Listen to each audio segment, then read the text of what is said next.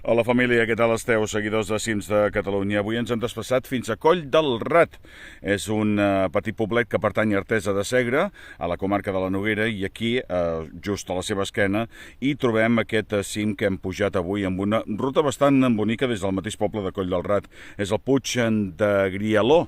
Aquí, on veieu aquesta torre d'alta tensió, des d'aquí no es veu, hi ha l'antiga església de Sant Miquel de Grialó i també el castell, les runes, només queden runes del castell de Grialó.